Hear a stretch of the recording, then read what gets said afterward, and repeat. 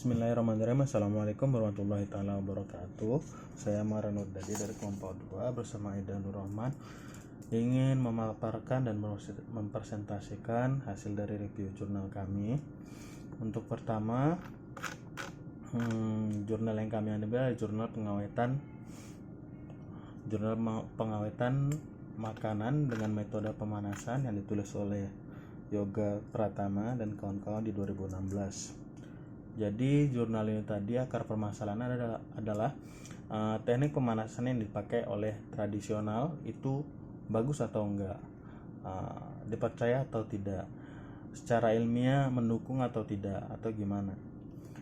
Jadi itulah akar masalahnya.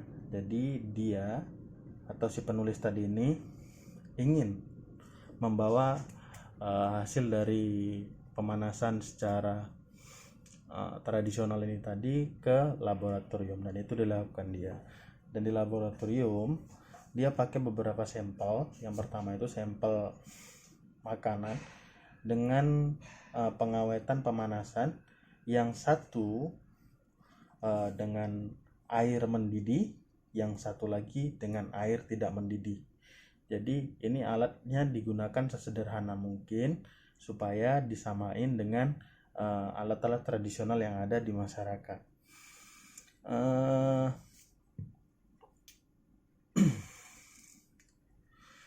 Metode penelitian itu pengambilan sampel itu sendiri adalah metode perhitungan thermal depth. Jadi setelah adanya pemanasan tersebut, itu dihitunglah berapa cemaran per mili dari koloni-koloni yang ada di situ. Jadi untuk yang pertama, untuk air yang mendidih itu timbul koloni setelah 5 minggu. Itu koloninya 35 koloni per milimeter. Sedangkan yang tidak sampai mendidih itu ada 135 koloni per milimeter, itu timbul hanya dalam 1 minggu. Berarti dari sini tadi dapat diambil kesimpulannya bahwasannya untuk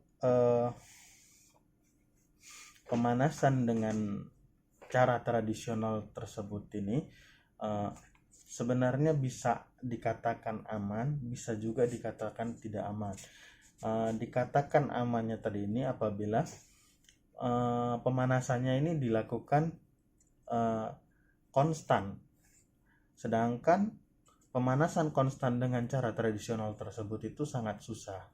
Misalnya kita memanaskan air, kita mau konstankan di 121 derajat Celcius, itu sangat susah hanya menggunakan teknologi tradisional. Jadi kita harus memakai teknologi yang sekarang inilah. Sedangkan kalau misalnya dia yang tidak mendidih saja, yang mendidih saja bisa ada koloni, apalagi yang tidak mendidih.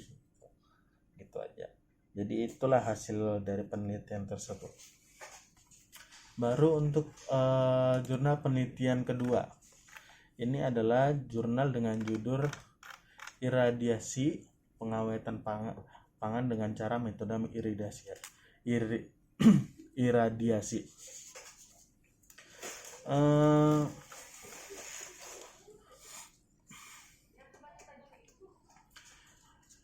Untuk pertama, ini adalah jurnal yang ditulis oleh saudari Nurul Aisyah dan kawan-kawan di tahun 2019. Jadi pokok masalahnya ini tadi ini lebih ke pengumpulan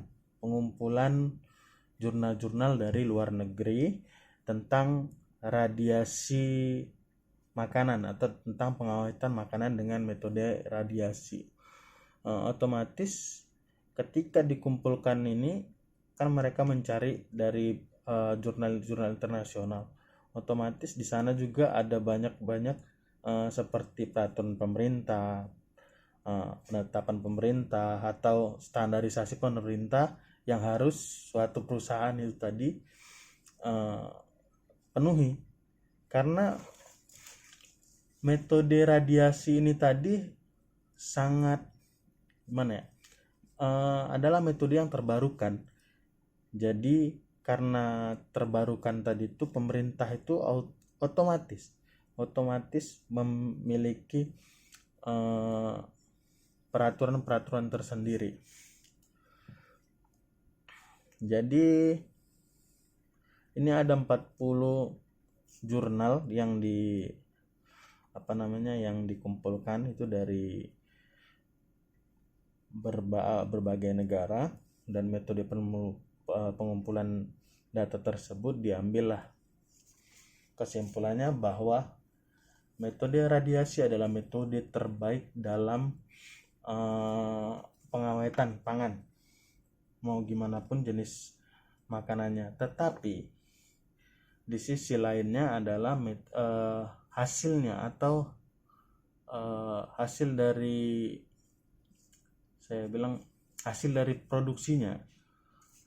produksinya itu adalah meningkatkan harga jualnya, atau gimana ya, beban yang akan diambil oleh pasar itu lebih tinggi lagi. Semakin tinggi kualitasnya, maka semakin tinggi juga harganya di pasar gitu.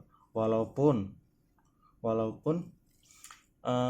iradiasi ini tadi juga nggak bisa aja dilepas begitu aja. Misalnya kita kan udah